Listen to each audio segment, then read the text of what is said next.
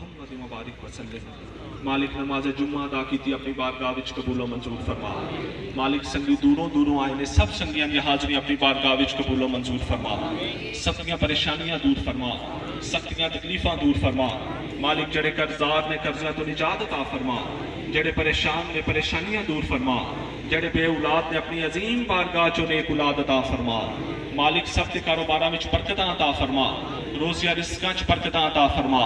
مالک ساڈیاں 69 چاکلی جماعت نے سنگیاں نے ساتھیاں نے انتظام اہتمام کیتا اپنی بارگاہ وچ قبول و منظور فرما۔